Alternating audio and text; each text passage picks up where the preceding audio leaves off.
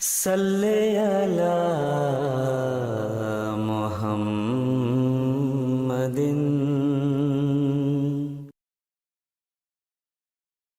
وہ پاک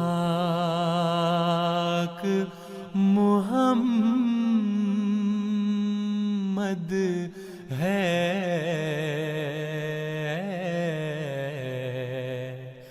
ہم سب کا حبیب آقا.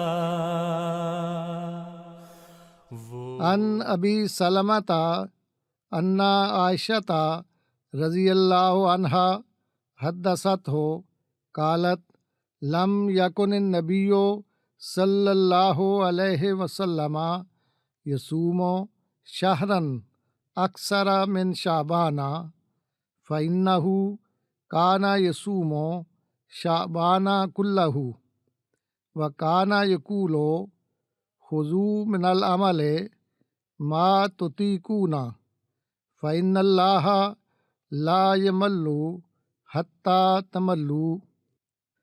ابو سلمہ سے روایت ہے کہ حضرت عائشہ رضی اللہ عنہا نے ان سے بیان کیا کہ رسول اللہ صلی اللہ علیہ وسلم شعبان سے زیادہ اور کسی مہینے میں روزے نہیں رکھتے تھے. شعبان کے زیادہ دنوں کے آپ روزے رکھتے اور آپ فرمایا کرتے تھے کہ عمل وہی اختیار کرو جس کی تم میں طاقت ہو، کیونکہ اللہ تعالیٰ ثواب دینے سے نہیں تھکتا، تم خود ہی اکتا جاؤ گے. نبیوں کا امام آیا، اللہ امام اس کا.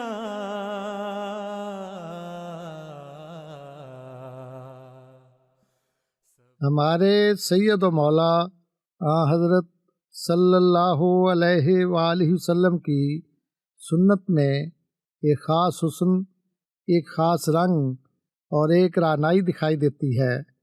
آپ کی نفلی عبادات میں بھی ایک خاص رنگ، حسن اور خوبصورتی تھی. خاص طور پر شعبان میں حضرت صلی اللہ علیہ وآلہ وسلم دیگر مہینوں کی نسبت زیادہ روزے رکھتے، مگر امت کو آپ نے یہ نصیحت فرمائی کہ تم نفلی عبادات اتنی ہی کرو جتنی تم میں طاقت ہے، کیونکہ طاقت سے بڑھ کر اگر کرو گے تو تم اس کو نبھا نہیں سکو گے. مگر حضرت صلی اللہ علیہ وآلہ وسلم کو اللہ تعالیٰ کی طرف سے جو توفیق میسر تھی، جو طاقت میسر تھی، دوسرے اس کے حامل نہیں ہیں. اس لیے آپ کی سیرت کا یہ خاص رنگ ہے کہ بعض عبادات، بعض نیکیاں ایسی ہیں جن میں آپ بالکل منفرد اور تنہا ہیں، اور بلا شبہ یہ مقام اور یہ مرتبہ آپ ہی کا ہے، کیونکہ آپ تو خاتم الانبیاء ہیں، آپ تو تمام نبیوں کے بھی امام ہیں. بس آپ کی اتباع تو ہر امتی کرے گا. مگر اس میں کوئی شک نہیں کہ حضرت صلی اللہ علیہ وآلہ وسلم کی عبادات اور خدا تعالیٰ کی طرف سفر میں جو معراج آپ کو نصیب ہوا وہ آپ ہی کے شایان نشان ہے. دن رات درود اس پر، ہر ادنا غلام اس کا.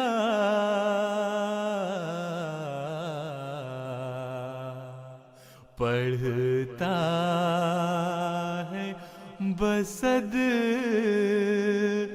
منت،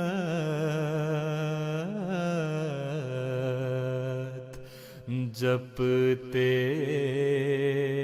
ہوئے نام اس کا.